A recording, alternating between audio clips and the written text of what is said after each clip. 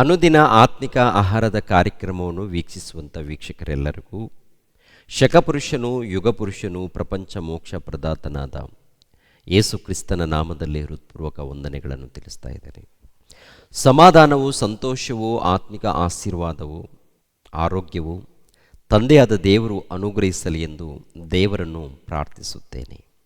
ಈ ದಿನ ಮತ್ತೊಂದು ಅಂಶವನ್ನು ಮಾತನಾಡೋದಕ್ಕೆ ಸಿದ್ಧನಾಗಿದ್ದೇನೆ. ಎಲ್ಲರಿಗಾಗಿ ಪ್ರಾರ್ಥನೆ ಯಾಕೆ ಮಾಡಬೇಕು ಎಂಬ ಅಂಶವನ್ನು ನಿಮ್ಮೊಟ್ಟಿಗೆ ಮಾತನಾಡ್ತಾ ಇದ್ದೀನಿ. ಪ್ರಿಯರಾದ ದೇವರ ಮಕ್ಕಳಿರ, ನಾವು ಪ್ರಾರ್ಥನೆ ಮಾಡ್ತಾ ಇರ್ತೀವಿ, ಇವ್ರಿಗೋಸ್ಕರ ಅವ್ರಿಗೋಸ್ಕರ, ಪಕ್ಕದ ಮನೆ ಅವ್ರಿಗೆ ಇವರಿಗೆ ಅಂತೇಳಿ. ಕೊನೆಯದಾಗಿ ನಮ್ಮ ರಾಜ್ಯದಲ್ಲಿ ಯಾರ್ಯಾರಿದ್ದಾರೆ, ಅಧಿಕಾರಿಗಳು, MLA ರವರು, ಮಂತ್ರಿರವರು, ಆಮೇಲೆ ಪ್ರಧಾನ ಮಂತ್ರಿರವರು ನಮ್ಮ ದೇಶದಲ್ಲಿ ಇವರನ್ನು ಬದಲಾವಣೆ ಮಾಡಿ, ಇವರನ್ನು ಬದಲಾವಣೆ ಮಾಡಿ, ಇವರನ್ನು ಬದಲಾವಣೆ ಮಾಡಿ ಅಂಥೇಳಿ ಪ್ರಾರ್ಥನೆ ಮಾಡ್ತೀವೋ ಪ್ರಿಯರೇ? ಪ್ರಾರ್ಥನೆ ಮಾಡ್ತೀವೋ ಮಾಡಲ್ವಾ? ಆಮೇಲೆ ಪ್ರಾರ್ಥನೆ ಮಾಡುವಂಥ ವೀರರು ಕೂಡ ಇರ್ತಾರೆ, ಪ್ರಾರ್ಥನೆ ವೀರರು, ಹೌದಲ್ವಾ? ಪ್ರಾರ್ಥನೆ ವೀರರು ಅಂದರೆ ಎಲ್ಲಿರ್ತಾರೆ? ಸಭೆಯಲ್ಲಿ ಸಂಬಳ ಕೊಟ್ಟು ಪ್ರಾರ್ಥನೆ ಮಾಡಬೇಕು ಅಂತೇಳಿ ಕೆಲವ್ರನ್ನ ನೇಮಿಸಿರ್ತಾರೆ, ಇವರು ಪ್ರಾರ್ಥನೆ ವೀರರು. ಆಮೇಲೆ ಇನ್ನು ತುಂಬ ಕಡೆ ಇವರು ಪ್ರಾರ್ಥನೆ ವೀರರು, ಇವರು ಪ್ರಾರ್ಥನೆ ವೀರರು. ಇವರೆಲ್ಲ ಪ್ರಾರ್ಥನೆ ವೀರರು ಏನು ಮಾಡ್ತಾರೆ? ಪ್ರಾರ್ಥನೆ ಮಾಡ್ತಾರೆ. ಏನು ಪ್ರಾರ್ಥನೆ? ದೇವ, ನಮ್ಮ ರಾಜ್ಯದಲ್ಲಿ MLA ರವರನ್ನು ಕಾಪಾಡಿ ದೇವ. ಆಮೇಲೆ ಮತ್ತೆ ಯಾರಪ್ಪ?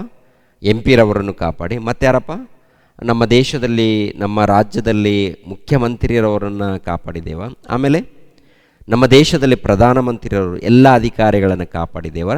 ಅವರೆಲ್ಲರೂ ನಿಮ್ಮನ್ನು ತಿಳ್ಕೊಳ್ಬೇಕು ದೇವ ಅಂತ ಹೇಳಿ ಪ್ರತಿನಿತ್ಯ ಪ್ರಾರ್ಥನೆ ನಡೆಯಲ್ವ? ಪ್ರಾರ್ಥನೆಯಲ್ಲಿ ಉದ್ದೇಶ ಏನು? ಇವರು ರಕ್ಷಣೆ ಹೊಂದಬೇಕು, ಇವರು ರಕ್ಷಣೆ ಹೊಂದಬೇಕು, ಅವರು ಕ್ರೈಸ್ತರಾಗಬೇಕು, ಇವರು ಕ್ರೈಸ್ತರಾಗಬೇಕು ಅಂತೇಳಿ ಈ ರೀತಿ ಪ್ರಾರ್ಥನೆ ಇರುತ್ತಾ? ಮತ್ತು ಬೇರೆ ರೀತಿಯಲ್ಲಿ ಪ್ರಾರ್ಥನೆ ಇರುತ್ತಾ? ಪ್ರಿಯರಾದ ದೇವ್ರ ಮಕ್ಕಳಿರ ಗಮನಿಸಬೇಕು. ಇವಾಗ ಈ ಪ್ರಾರ್ಥನೆಯಲ್ಲಿ ಏನು? ಅವರು ರಕ್ಷಣೆ ಹೊಂದಬೇಕು, ಇವರು ರಕ್ಷಣೆ ಹೊಂದಬೇಕು ಅಂತೇಳಿ, ಹೌದಲ್ವ? ಒಬ್ಬ ಪಾಪಿ ರಕ್ಷಣೆ ಹೊಂದಬೇಕಾದ್ರೆ ವಾಕ್ಯವನ್ನು ಸಾರಬೇಕಾ ಅಥವಾ ಪ್ರಾರ್ಥನೆ ಮಾಡಬೇಕಾ?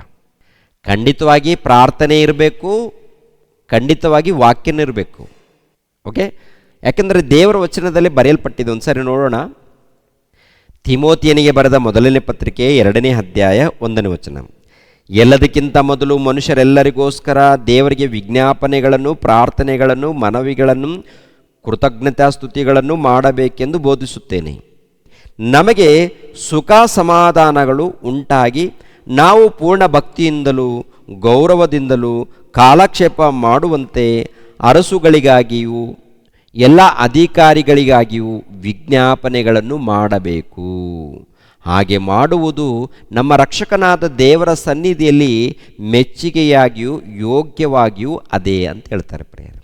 ಮೆಚ್ಚುಗೆಯಾಗಿಯೂ ಯೋಗ್ಯವಾಗಿಯೂ ಅದೇ ಅಂದರೆ ಎಲ್ಲರಿಗೋಸ್ಕರ ನೀವು ಪ್ರಾರ್ಥನೆ ಮಾಡಿ, ಎಲ್ಲರಿಗೋಸ್ಕರ ನೀವು ಪ್ರಾರ್ಥನೆ ಮಾಡಿ. ಇವಾಗ ನನ್ನ ಪ್ರಶ್ನೆ ಏನಪ್ಪ ಅಂದರೆ, ಇವಾಗ ಪ್ರಧಾನಮಂತ್ರಿಗೋಸ್ಕರ ಟೋಟಲ್ ನಮ್ಮ ಭಾರತ ದೇಶದಲ್ಲಿದ್ದಂಥ ಎಲ್ಲ ಕ್ರೈಸ್ತರು ನಾವು ಪ್ರಾರ್ಥನೆ ಮಾಡಿದ್ದು ಅಂತ ತಿಳ್ಕೊಳ್ಳಿ, ಅವ್ರು ರಕ್ಷಣೆ ಹೊಂದುತ್ತಾರ? ನಮ್ಮ ರಾಜ್ಯದ MLA ರವರು, ನಮ್ಮ ಕರ್ನಾಟಕದಲ್ಲಿ MLA ರವರು, ಇಲ್ಲಾಂದರೆ MP ರವರು, ಇಲ್ಲಾಂದರೆ ಮಂತ್ರಿರವರು, ಇವರೆಲ್ಲರೂ ರಕ್ಷಣೆ ಹೊಂದಬೇಕು, ಅಧಿಕಾರಿಗಳೆಲ್ಲರೂ ರಕ್ಷಣೆ ಹೊಂದಬೇಕು, ಯೇಸು ಕ್ರಿಸ್ತರನ್ನು ಅಂಗೀಕರಿಸಬೇಕು ಅಂತ ಹೇಳ್ರಿ. ಅನೇಕ ವರ್ಷಗಳಿಂದ ನಮ್ಮ ತಾತ ಮುತ್ತಾತರವರು ಕೂಡ ಪ್ರಾರ್ಥನೆ ಮಾಡಿಕೊಂಡು ಬಂದಿದ್ದಾರಾ, ಬಂದಿಲ್ವಾ ಏನ್ರಿ? ಈ ವಚನಗಳನ್ನು ಆಧಾರ ಮಾಡಿಕೊಂಡು ಪ್ರಾರ್ಥನೆಗಳನ್ನು ಮಾಡಿದ್ದಾರಾ, ಮಾಡಿಲ್ವಾ? ಮಾಡಿದ್ದಾರೆ. ಮತ್ತು ಯಾರು ಬದಲಾಗಿದ್ದಾರೆ, ಯಾರು ರಕ್ಷಣೆ ಹೊಂದಿದ್ದಾರೆ ಹೇಳಬೇಕು. ಅಂದರೆ ಪ್ರಾರ್ಥನೆ ಮಾಡುವಂಥ ಉದ್ದೇಶ ರಕ್ಷಣೆ ಹೊಂದಬೇಕಂತನಾ ಅಥವಾ ಯಾತಕ್ಕಾಗಿ ಪ್ರಾರ್ಥನೆ? ಪ್ರಾರ್ಥನೆ ಮಾಡೋದರಿಂದ ಯಾರಿಗೆ ಲಾಭ ಆಗುತ್ತೆ? ಆಲೋಚನೆ ಮಾಡುವಾಗ ಪ್ರಿಯರಾದ ದೇವ್ರ ಮಕ್ಕಳಿರ, ಸರ್ವಲೋಕಕ್ಕೆ ಹೋಗಿ ಸುವಾರ್ತೆಯನ್ನು ಸಾರಿರಿ ಅಂತಾರೆ. ಯಾರು ನಂಬಿ ದೀಕ್ಷೆ ಸ್ಥಾನ ಪಡ್ಕೊಳ್ತಾರೋ ಅವರಿಗೆ ರಕ್ಷಣೆ ಆಗುತ್ತೆ ಅಂತ ಹೇಳ್ತಾರೆ. ಸರ್ವಲೋಕಕ್ಕೆ ಹೋಗಿ ಸುವಾರ್ತೆ ಮಾಡಿ ಯಾರು ನಂಬಿ ದೀಕ್ಷೆ ಸ್ಥಾನ ಪಡ್ಕೊಳ್ತಾರೋ ಅವರಿಗೆ ರಕ್ಷಣೆ ಆಗುತ್ತೆ ಎನ್ನುವಂಥದ್ದು ವಾಕ್ಯ. ಅಂದರೆ ಸರ್ವಲೋಕಕ್ಕೆ ಹೋಗಿ ಸುವಾರ್ತೆ ಸಾರಿದರೆ ಲೋಕದಲ್ಲಿದ್ದಂಥ ಜನ ರಕ್ಷಣೆ ಹೊಂದುತ್ತಾರಾ ಅಥವಾ ಮನೆಯಲ್ಲಿದ್ದುಕೊಂಡು ಎಲ್ಲರಿಗೋಸ್ಕರ ಪ್ರಾರ್ಥನೆ ಮಾಡಿದರೆ ರಕ್ಷಣೆ ಹೊಂದುತ್ತಾರಾ? ಸುವಾರ್ತೆ ಅನ್ನುವಂಥದ್ದು ಖಂಡಿತವಾಗಿ ತಲುಪಿಸ್ಬೇಕು ಅಂತ ಹೇಳಿದ್ರು. ಒಬ್ಬ ಪಾಪಿ ಬದಲಾಗಬೇಕಾದ್ರೆ ಯೇಸು ಕ್ರಿಸ್ತರನ್ನು ಅರ್ಥ ಮಾಡ್ಕೊಳ್ಬೇಕು. ಇವಾಗ ಕೆಲವರು ಬದಲಾಗಬೇಕಾದ್ರೆ ಪ್ರಿಯರಾದ ದೇವರ ಮಕ್ಕಳಿರ ಅವ್ರಿಗೆ ಯೇಸು ಕ್ರಿಸ್ತರ ಬಗ್ಗೆ ಗೊತ್ತಿಲ್ಲ. ಯೇಸು ಕ್ರಿಸ್ತರ ಬಗ್ಗೆ ಗೊತ್ತಿಲ್ಲದೆ ಹೋದರೆ ಅವನು ಬದಲಾಗ್ತಾನ? ಬದಲಾಗದೆ ಹೋದರೆ ಅವನು ದೀಕ್ಷಾಸ್ಥಾನ ಪಡ್ಕೊಳ್ತಾನ? ದೀಕ್ಷಾಸ್ಥಾನ ಪಡ್ಕೊಳ್ಳದೆ ಹೋದರೆ ಅವನಿಗೆ ರಕ್ಷಣೆ ಆಗುತ್ತಾ? ದೀಕ್ಷಾಸ್ಥಾನ ಪಡ್ಕೊಳ್ಳೋದು ಹೋದರೆ ರಕ್ಷಣೆ ಆಗಲ್ಲ. ದೀಕ್ಷಾಸ್ಥಾನವನ್ನು ಪಡ್ಕೊಳ್ಬೇಕಾದ್ರೆ ಯೇಸು ಕ್ರಿಸ್ತರ ವಾರ್ತೆಯನ್ನು ಕೇಳಿರಬೇಕು, ಬದಲಾಗಬೇಕು. ಬದಲಾಗಬೇಕಾದ್ರೆ ದೇವರ ವಾಕ್ಯಗಳನ್ನು ಕೇಳಿರಬೇಕು. ಕೇಳಬೇಕಾದ್ರೆ ಸುವಾರ್ತೆ ಮಾಡೋರು ಹೋಗಿರಬೇಕು. ಆ ಕಾರ್ಯಕ್ರಮ ನಡಿಬೇಕು. ಅದನ್ನು ಬಿಟ್ಟು ಪ್ರಾರ್ಥನೆ ಮಾಡಿದ್ದಾರಂತೆ ಹೇಳಿರೋದರಿಂದ ಪ್ರಾರ್ಥನೆ ಮಾಡ್ತಾ ಇದ್ದೀವಿ ಅಂತೇಳಿ ಹೇಳ್ಕೊಂಡ್ರಾಗುತ್ತಾ? ಪ್ರಾರ್ಥನೆ ಮಾಡಬಾರ್ದು ಅಂತೇಳಿ ನಾನು ಹೇಳ್ತಾ ಇಲ್ಲ. ಪ್ರಾರ್ಥನೆ ಖಂಡಿತವಾಗಿ ಮಾಡಲೇಬೇಕು. ಪ್ರಾರ್ಥನೆ ಮಾಡೋದರಿಂದ ಯಾರಿಗೆ ಲಾಭ ಆಗುತ್ತೆ, ಯಾಕೆ ಪ್ರಾರ್ಥನೆ ಮಾಡಬೇಕು, ಅದು ನಮ್ಗೆ ಗೊತ್ತಾಗಬೇಕು. ಇದರ ಬಗ್ಗೆ ಕ್ಲಾರಿಟಿ ಇರಬೇಕು ನಮಗೆ. ಇದರ ಬಗ್ಗೆ ಏನು ಮಾಹಿತಿ ಇಲ್ಲದೆ ಏನೇನೋ ಪ್ರಾರ್ಥನೆ ಮಾಡ್ಕೊಂಡು ಹೋದರೆ ಅದು ಸರಿಯಲ್ಲ. ಪ್ರಿಯರಾದ ದೇವರ ಮಕ್ಕಳಿರ, ಎಲ್ಲರಿಗೋಸ್ಕರ ಪ್ರಾರ್ಥನೆ ಮಾಡಬೇಕು. ಏನು ಪ್ರಾರ್ಥನೆ ಮಾಡಬೇಕು? ಯಾತಕ್ಕಾಗಿ ಪ್ರಾರ್ಥನೆ ಮಾಡಬೇಕು? ಲೋಕದಲ್ಲಿ ಇದ್ದಂಥ ಜನ ಯಾರು? ಒಳ್ಳೆಯವರ, ಕೆಟ್ಟವರ? ದೇವರನ್ನು ನಂಬಿದವರ, ದೇವರನ್ನು ನಂಬದವರ ಅಂತ ನೋಡುವಾಗ ದೇವರನ್ನು ನಂಬದವರು, ದೇವರನ್ನು ತಿಳಿಯದವರು. ದೇವರನ್ನು ನಂಬದವರು, ದೇವರನ್ನು ತಿಳಿಯದವರು ಇದ್ದಂಥ ಜನರ ವಿಷಯದಲ್ಲಿ ದೇವರು ಹೇಳುವಂಥ ಮಾತು ಒಂದು ಸಾರಿ ನೋಡಿ. ಕೀರ್ತನೆ ಗ್ರಂಥ ತನ್ನ ಭಕ್ತಾದಿಗಳ ಮೂಲಕ ಹೇಳುವಂಥ ಮಾತು. ಕೀರ್ತನೆ ಗ್ರಂಥ 5ನೇ ಅಧ್ಯಾಯ 4ನೇ ವಚನ. ನೀನು ದುಷ್ಟತ್ವದಲ್ಲಿ ಸಂತೋಷಿಸುವ ದೇವರಲ್ಲ, ಕೆಟ್ಟದ್ದು ನಿನ್ನ ಬಳಿಯಲ್ಲಿ ತಂಗಲಾರದು, ಸ್ವಕ್ಕಿನವರು ನಿನ್ನ ಸನ್ನಿಧಿಯಲ್ಲಿ ನಿಲ್ಲಲಾರರು. ಅಧರ್ಮಿಗಳೆಲ್ಲರನ್ನು ನೀನು ಹಗೆ ಮಾಡುವಿ, ಸುಳ್ಳು ಹೇಳುವವರನ್ನು ನಾಶ ಮಾಡುವಿ. ಯೆಹೋವನೇ, ನರಹತ್ಯೆ ಮಾಡುವವರು ಕಪಟಿಗಳು ನಿನಗೆ ಹೇಯವಾಗಿದ್ದಾರೆ. ಕಪಟಿಗಳು, ನರಹತ್ಯೆ ಮಾಡುವವರು, ಸುಳ್ಳು ಹೇಳುವವರು, ಅಧರ್ಮಿಗಳೆಲ್ಲರೂ, ಸ್ವಕ್ಕಿನವರು, ಕೆಟ್ಟತನದಲ್ಲಿದ್ದವರು, ದುಷ್ಟತನದಲ್ಲಿದ್ದವರು. ಅಂದರೆ ಲೋಕದಲ್ಲಿ ಜನ ಹೇಗಿದ್ದಾರೆ? ದುಷ್ಟತ್ವ ಇದೆಯಾ? ಕೆಟ್ಟದ್ದು ಇದೆಯಾ? ಮೋಸ ಇದೆಯಾ? ವಿಗ್ರಹ ಆರಾಧನೆ ಇದೆಯಾ? ನಾವು ಪ್ರಾರ್ಥನೆ ಮಾಡುವುದರಿಂದ ಅವ್ರು ಕೆಟ್ಟದ್ದು ಬಿಡ್ತಾರ? ಅವ್ರ ರಕ್ಷಣೆ ಆಗುತ್ತಾ? ದೇವರ ಸನ್ನಿಧಿಯಲ್ಲಿ ಬರಬೇಕು, ಅವರಿಗೆ ರಕ್ಷಣೆ ಆಗಬೇಕು ಅಂದಾಗ ಏನ್ರಿ ಸರ್ವಲೋಕಕ್ಕೆ ಹೋಗಿ ಸುವಾರ್ತೆಯನ್ನು ಸಾರಬೇಕು ಅಂತ ಹೇಳ್ತಾರೆ. ಅಂದರೆ ಅವರಿಗೆ ಸುವಾರ್ತೆ ತಲುಪಬೇಕು. ಆಗಿರುವಾಗ ಪ್ರಾರ್ಥನೆ ಯಾಕೆ? ಒಬ್ಬ ಪಾಪಿ ಬದಲಾಗಬೇಕು, ಒಬ್ಬ ಪಾಪಿ ರಕ್ಷಣೆ ಹೊಂದಬೇಕಂದ್ರೆ ಸುವಾರ್ತೆ ಹೋಗ್ಬೇಕು ಖಂಡಿತವಾಗಿ. ಯೇಸು ಕ್ರಿಸ್ತರ ಜನನ, ಮರಣ, ಪುನರುತ್ಥಾನವನ್ನು ಕುರಿತು ಅವ್ರು ಯಾರು, ಯಾಕೆ ಬಂದರು, ಉದ್ದೇಶವೇನು, ಯಾಕೆ ಮರಣ ಹೊಂದಿದ್ರು, ಇವೆಲ್ಲವನ್ನು ಕೂಡ ಬಿಡಿಸಿ ಬಿಡಿಸಿ ಹೇಳುವಂಥದ್ದೇ ಸುವಾರ್ತೆ. ಅರ್ಥ ಆಗುವಂಥ ರೀತಿಯಲ್ಲಿ ಹೇಳುವಂಥದ್ದೇ ಸುವಾರ್ತೆ. ಅದರಲ್ಲಿ ಓ ಮಾನವನು, ನೀನು ಯಾರು, ನೀನು ಯಾಕೆ ಬಂದಿದ್ದೀಯಾ, ನಿನಗೆ ಯಾರು ಜನ್ಮ ಕೊಟ್ಟರು, ಆ ದೇವರು ಹೇಗೆ ಇದ್ದಾರೆ, ದೇವರ ಉದ್ದೇಶವೇನು, ಇವೆಲ್ಲ ಕೂಡ ಬಿಡಿಸಿ ಬಿಡಿಸಿ ಹೇಳಬೇಕು. ಅವಾಗ ಸುವಾರ್ತೆ ಆಗುತ್ತೆ. ರೋಗ ಹೋಗುತ್ತೆ, ಉದ್ಯೋಗ ಬರುತ್ತೆ, ಯೇಸು ಕ್ರಿಸ್ತ ನಂಬಿಕೋ ಅಂತ ಹೇಳಿದ್ರೆ ಅದು ಸುವಾರ್ತೆ ಆಗಲ್ಲ. ಅದು ಸುವಾರ್ತೆ ಆಗಲ್ಲ. ಲೋಕದ ಆಶೆಗಳನ್ನು ತೋರಿಸಿದ ರೀತಿಯಲ್ಲಿ ಆಗುತ್ತೆ.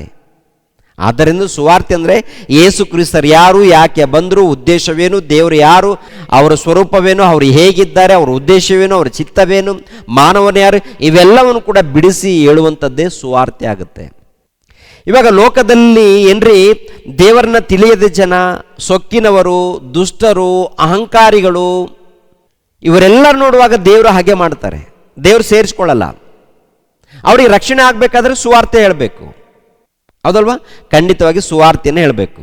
ಸುವಾರ್ತೆ ಹೇಳಿದಾಗ ಅವರು ತಮ್ಮ ಮನಸ್ಸನ್ನು ಬದಲಾವಣೆ ಮಾಡಿಕೊಂಡಾಗ, ದೇವರನ್ನು ಒಪ್ಪಿಕೊಂಡು ದೀಕ್ಷಾಸ್ಥಾನ ಪಡ್ಕೊಂಡಾಗ ಆಗ ಅವರಿಗೆ ರಕ್ಷಣೆ ಮಾರ್ಗ ಬರುತ್ತೆ. ಕಡೆಯವರೆಗೂ ಪ್ರಾಣ ಇರೋ ತನಕ ಭಕ್ತಿಯಿಂದ ನಡ್ಕೊಂಡ್ರೆ ಅವರಿಗೆ ರಕ್ಷಣೆಯಾಗುತ್ತೆ.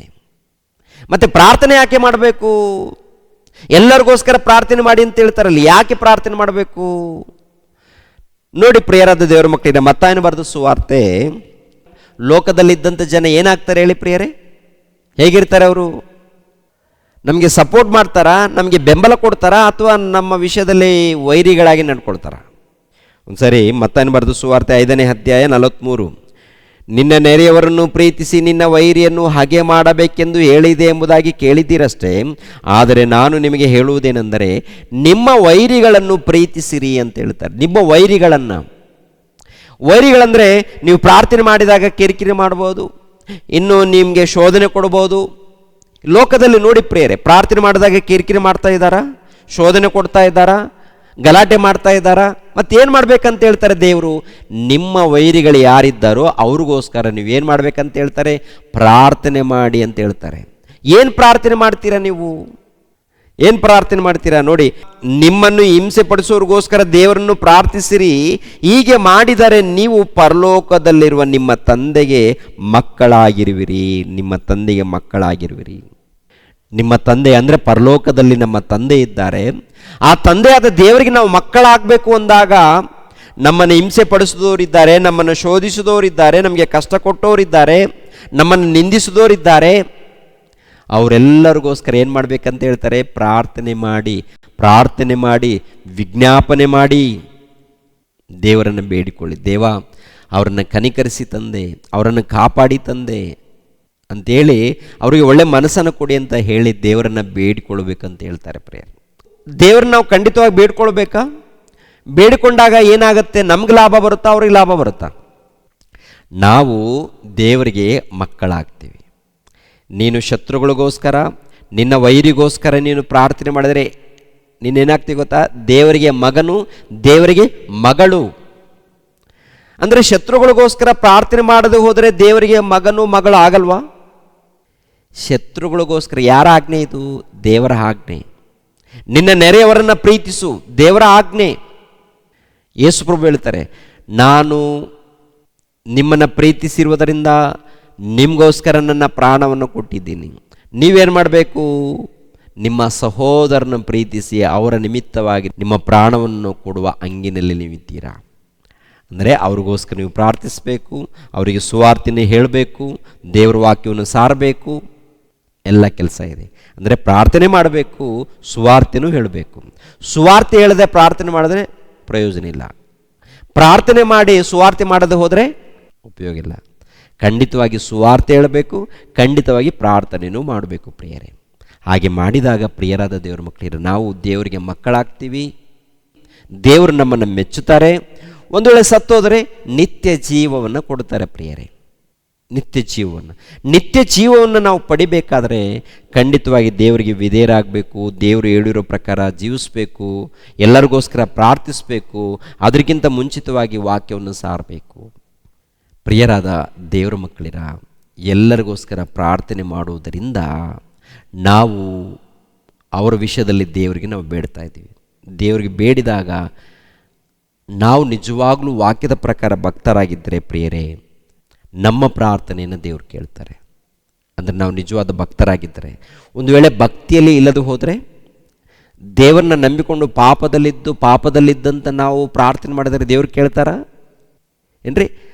ಆಲೋಚನೆ ಮಾಡಿ. ಅಂದರೆ ನಾವು ಕ್ರೈಸ್ತರು, ನಾವು ದೀಕ್ಷೆ ಸ್ಥಾನ ಪಡ್ಕೊಂಡಿದ್ದೇವೆ, ನಾವು ಪ್ರಾರ್ಥನೆಗೆ ಹೋಗ್ತಾ ಇದ್ದೀವಿ, ಸಭೆ ಸಹವಾಸದಲ್ಲಿದ್ದೀವಿ ಅಂತ ಹೇಳಿ ಲೋಕದಲ್ಲಿ ಪಾಪ ಮಾಡಿದರೆ, ತಪ್ಪುಗಳನ್ನು ಮಾಡಿದರೆ ಅಂಥವ್ರ ಮಾತನ್ನು ದೇವ್ರು ಕೇಳ್ತಾರ ಅಂತ ನನ್ನ ಪ್ರಶ್ನೆ. ಕೇಳಲ್ಲ ರೀ. ಯಾಕೆಂದರೆ ನಮ್ಮ ಹೃದಯದಲ್ಲಿ ತಪ್ಪುಗಳು, ಪಾಪಗಳು, ನಮ್ಮ ಕೈಯಲ್ಲಿ ರಕ್ತ ತುಂಬಿಕೊಂಡಿದ್ದಾಗ, ನಮ್ಮ ಜೀವಿತದಲ್ಲಿ ಅಪರಾಧಗಳಿದ್ದಾಗ, ನಮ್ಮ ಬದುಕಿನಲ್ಲಿ ಪಾಪಗಳಿದ್ದಾಗ ದೇವರು ನಮ್ಮ ಪ್ರಾರ್ಥನೆಯನ್ನು ಕೇಳಲ್ಲ. ಮತ್ತು ಹೇಗೆ?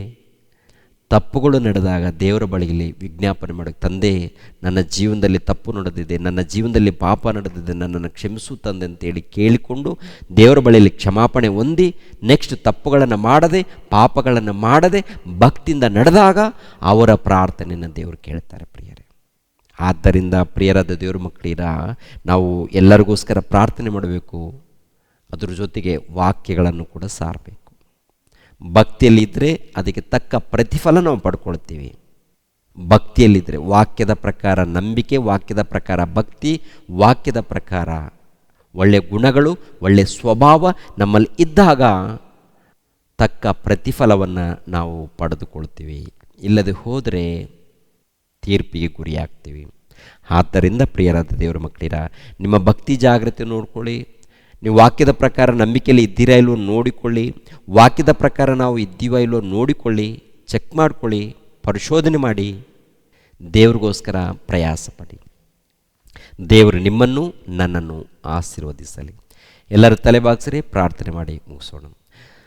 ಮಹೋನ್ನತನಾದಂಥ ನಮ್ಮ ತಂದೆಯೇ, ನಿಮಗೆ ಸ್ತೋತ್ರಗಳು. ಈ ವಿಡಿಯೋವನ್ನು ವೀಕ್ಷಿಸುವಂಥ ಎಲ್ಲ ನಿಮ್ಮ ಮಕ್ಕಳನ್ನು ಆಶೀರ್ವದಿಸಿ ಪ್ರತಿಯೊಬ್ಬರು ಅರ್ಥ ಮಾಡಿಕೊಂಡು ನಿಮಗೆ ವಿಧೇಯರಾಗಿ ಭಯಭಕ್ತಿಯಿಂದ ಜೀವಿಸುವಂತೆ ಸಹಾಯ ಮಾಡಿ. ನೆಮ್ಮದಿ, ಶಾಂತಿ, ಸಮಾಧಾನವನ್ನು, ಆರೋಗ್ಯವನ್ನು ಪ್ರತಿಯೊಬ್ಬರಿಗೆ ಅನುಗ್ರಹಿಸಿ. ಯೇಸು ಪವಿತ್ರ ನಾಮದಲ್ಲಿ ಬೇಡಿ ಹೊಂದಿದೆಯಪ್ಪ ತಂದೆಯೇ, ಆಮೇನ್. ಎಲ್ಲರಿಗೂ ವಂದನೆಗಳು.